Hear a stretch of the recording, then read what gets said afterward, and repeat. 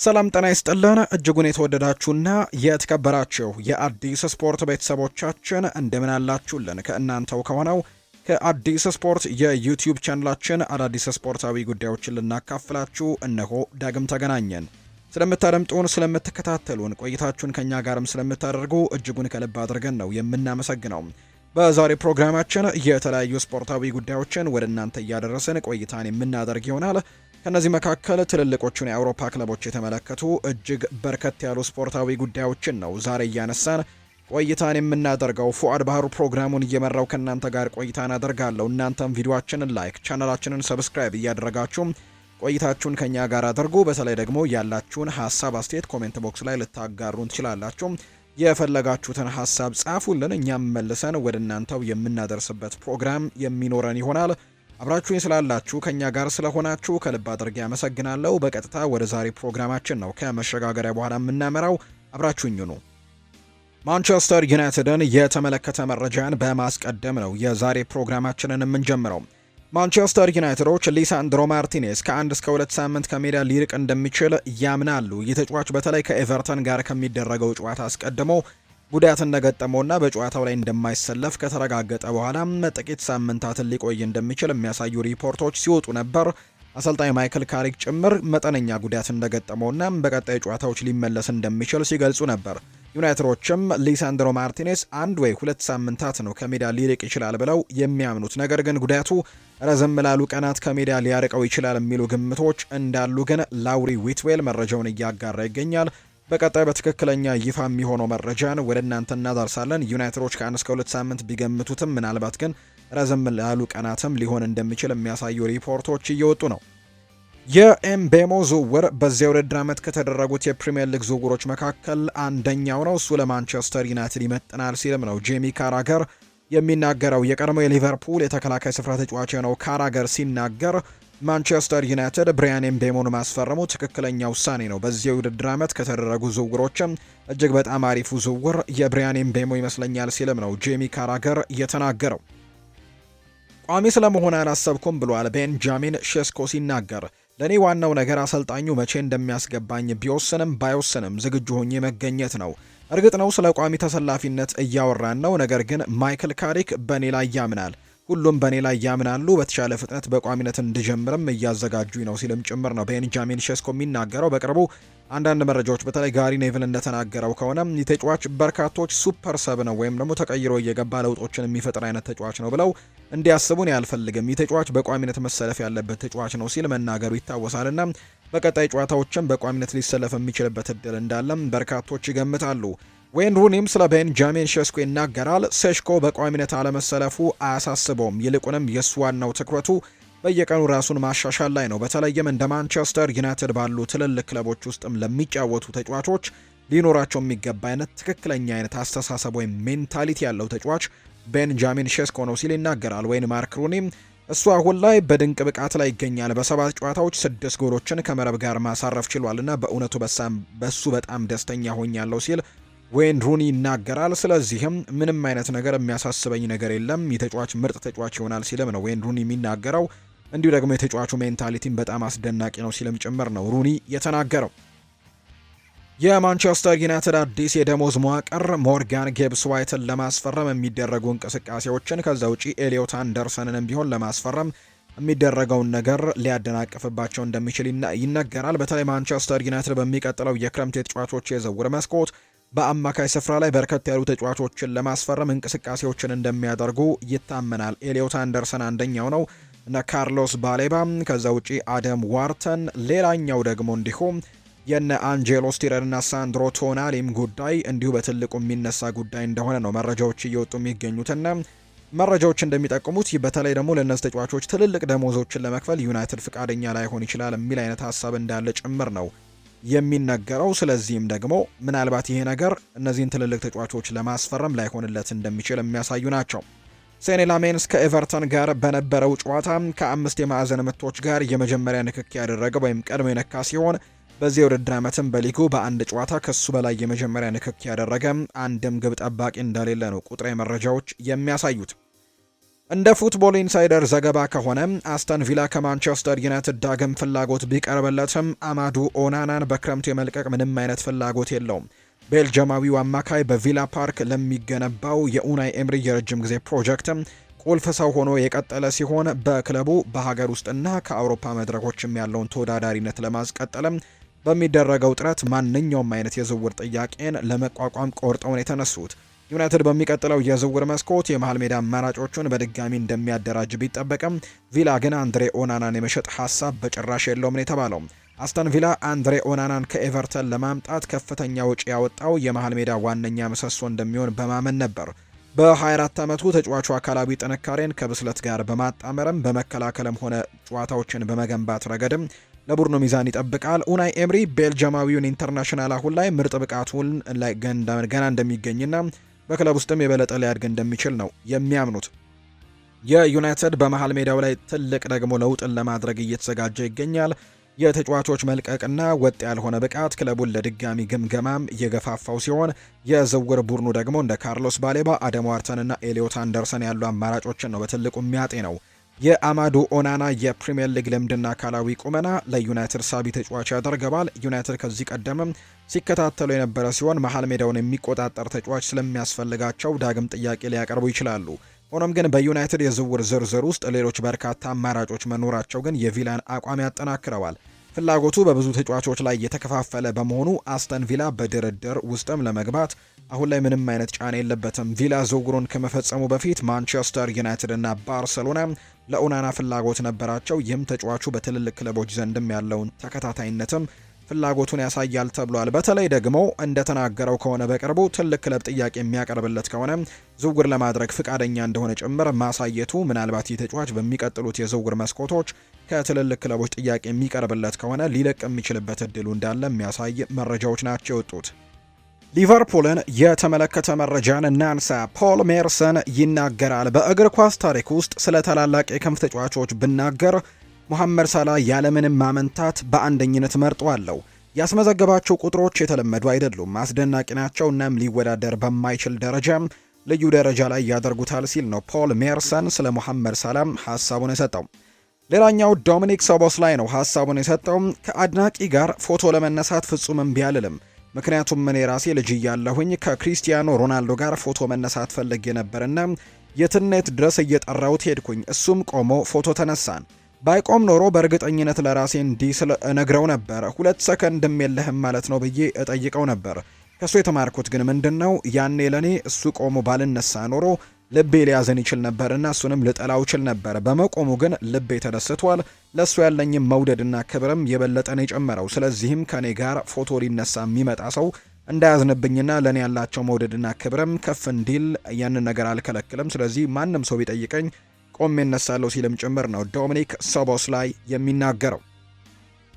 ሌላኛው ከአሰልጣኝ አርነ ስሎት ጋር ያለው ግንኙነት መሻከር የሊቨርፑል ኮከብ ሙሐመድ ሳላህ ምናልባት በቀጣይ ከክለቡ ጋር ሊለያይ እንደሚችል የሚያሳዩ መረጃዎች በትልቁ እንዲወጡ እንዳደረገ ነው ዘገባዎች የሚወጡት። በተለይ ሊቨርፑል ሙሐመድ ሳላህ በሚቀጥለው የውድድር ዓመት ላይ ከክለቡ ሊለቅ ይችላል ተብሎ ስለሚታሰብ ይህንን ተጫዋች የሚተካለትን ተጫዋች በትልቁ እየተመለከተ እንዳለ ነው መረጃዎች የሚወጡት። ክሪስቲያን ፖሊሲክ ከነዛ መካከል አንደኛው ነው። ከሙሐመድ ሳላህ ጋር ተመሳሳይ የሆነ የጉዞ ታሪክ ነው ያለው። ፖሊሲክ ከሳላህ ታሪክ የሚመሳሰልባቸው በርከት ያሉ ነጥቦች አሉ። አንደኛው የተጫዋች በቼልሲ ቤት ያልተሳካ ጉዞን ካደረገ በኋላ ወደ ጣሊያን ካመራ በኋላ ግን ራሱን አግኝቷል። ልክ እንደ ሳላህ ሁሉ ማለት ነው። ሰላም ከቼልሲ ወጥቶ ወደ ጣሊያን ክለቦች ወደ ሮማ ማቅንቶ ጭምር ጥሩ ጊዜያቶችን ማሳለፉ ይታወሳልና ተመሳሳይ አይነት መንገድ አላቸው። ሁለቱም ተጫዋቾች ከፍተኛ ግምት ተሰጥቷቸው በወጣትነታቸው ቼልሲን ተቀላቅለዋል። ሆኖም ሁለቱም በስታንፈርድ ብሪጅ ስኬታማ መሆን ግን አልቻሉም። ሳላህ በእንግሊዝ የነበረውን ቆይታ ቀድሞ በማጠናቀቅ ወደ ሴሪኤ በመሄድ ስሙን መልሶ በመገንባት ነበር ወደ ሊቨርፑል የመጣው። ፖሊሲችም በተመሳሳይ በኤሲ ሚላን ራሱን ዳግም አግኝቶታል። በሳንሴሮ ከቆየ በኋላ ይህ አሜሪካዊ ኢንተርናሽናል በራስ መተማመን ያለውና ወሳኝ አጥቂ ለመሆን በቅቷል። በዚህ የውድድር ዘመን በሁሉም ውድድሮች 10 ግቦችን ካስቆጠረ በኋላ ለጣሊያኑ ግዙፍ ክለብ ባደረጋቸው 123 ጨዋታዎችም 42 ግቦችንና 25 ለጎል የሆኑ ኳሶችንም አመቻችቶ ማቀበል የቻለ ተጫዋች ነው የሆነው። ፑሊሲክ በአሁኑ ወቅት የ27 ዓመት ወጣት ነው። ይህ ደግሞ ሙሐመድ ሳላህ ሊቨርፑል ለመጀመሪያ ጊዜ የፕሪሚየር ሊግ ዋንጫ እንዲያሸንፍ በረዳበት በ2019-20 የውድድር ዘመን የነበረው ትክክለኛ እድሜ ነው። ምንም እንኳን ክሪስቲያን ፑሊሲክ እንደ ሳላ የዋንጫ ክምችት ባይኖረውም በ27 ዓመቱ እያሳየ ያለው ስታቲስቲክሳዊ ብቃት ግን እንደ ሳላ ሁሉ ወደ ወርቃማው ዘመን እየገባ መሆኑን የሚጠቁም ነው።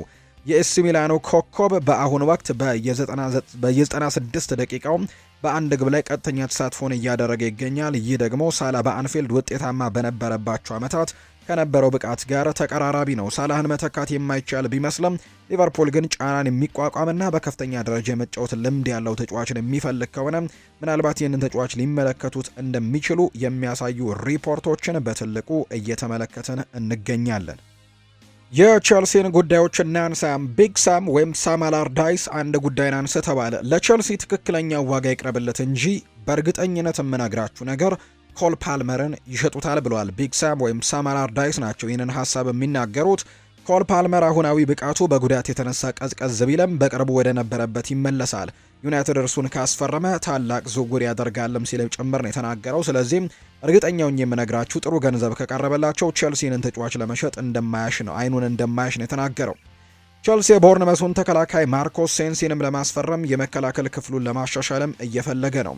ይህ የ28 ዓመት ተጫዋች በውድድር ዘመኑ መጨረሻ ነፃ ተጫዋች ወይም ፍሪ ኤጀንት የሚሆን በመሆኑ ቼልሲ ተጫዋቹን ያለምንም ክፍያ በእጁ ለማስገባት ተስፋ አድርጓል። ክለቡ በተከላካይ መስመሩ ላይ ተጨማሪ ጥራት እንደሚፈልግ ግልጽ ነው። ለዋና ዋንጫዎችን መፎካከር ከፈለጉ የመከላከል ብቃታቸውን ማጠናከር ይኖርባቸዋል። አሰልጣኝ ሊያም ሮስኒየር የመከላከል ክፍሉ መሻሻል ያለበት ቦታ መሆኑን ለይተውታል። የአርጀንቲናዊ ተከላካይ ለክለቡ ጠቃሚ ዝውውር እንደሚሆን ጥርጥር የለውም።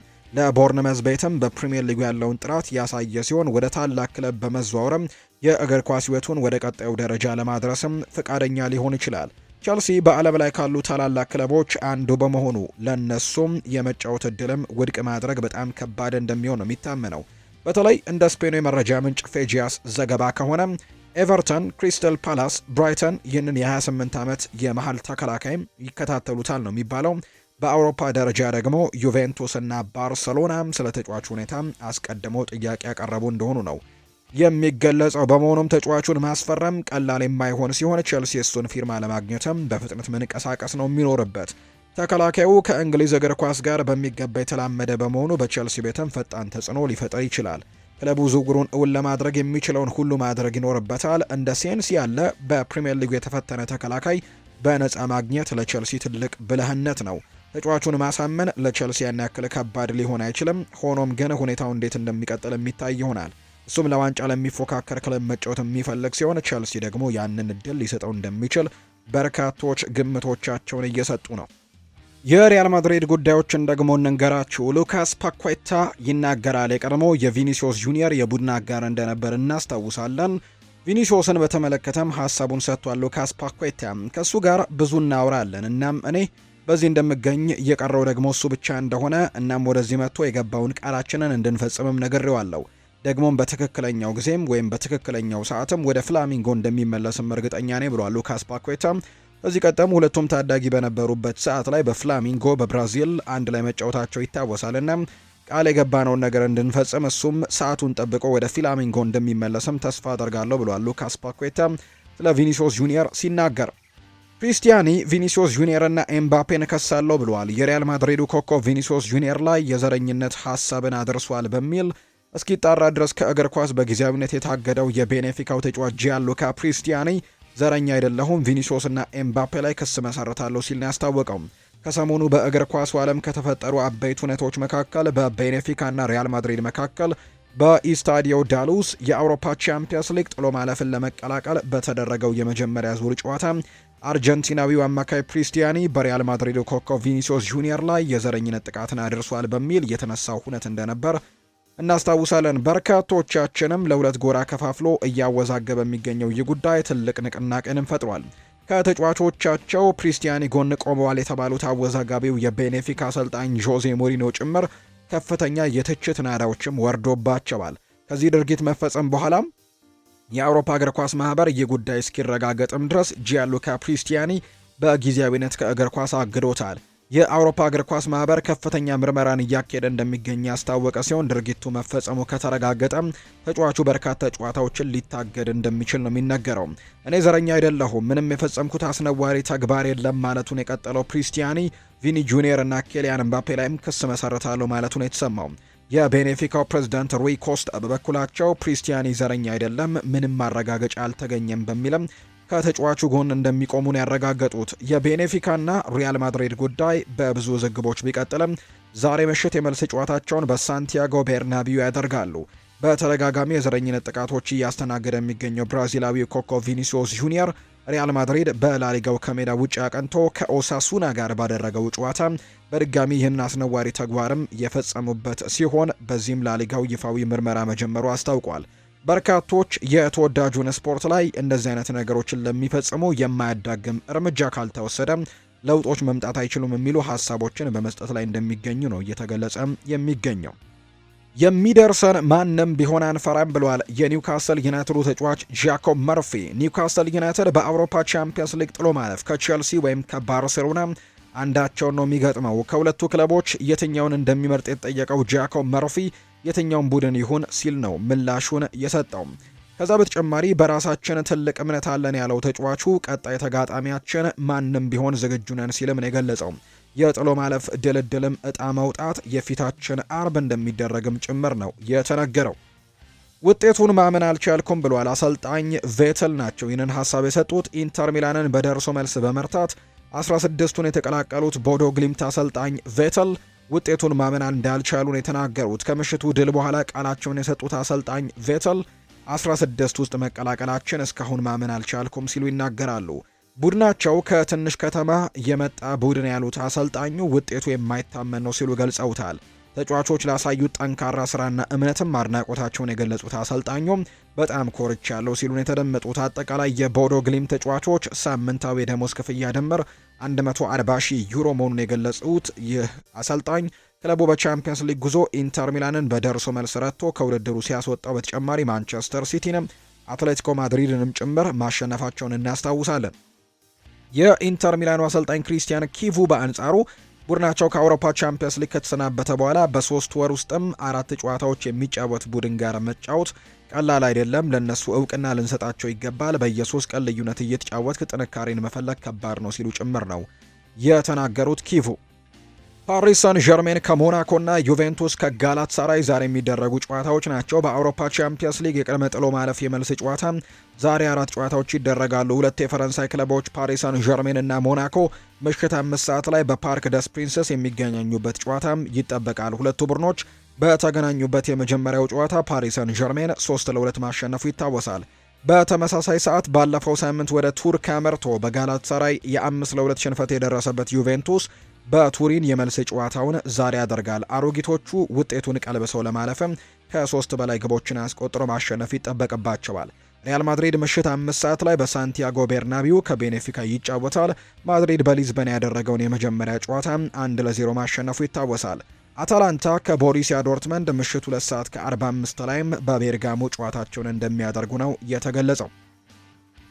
ማርከስ ራሽፎርድ እና ባርሴሎናን በተመለከተ የወጣ አዲስ መረጃ አለ። ባርሴሎና ማርከስ ራሽፎርድን በቋሚነት በክለቡ ለማቆየትም ከተጫዋቹ ጋር በግል ጥቅማ ጥቅሞች ዙሪያ በሚደረገው ድርድር ላይ ትልቅ መሻሻል አሳይቷል።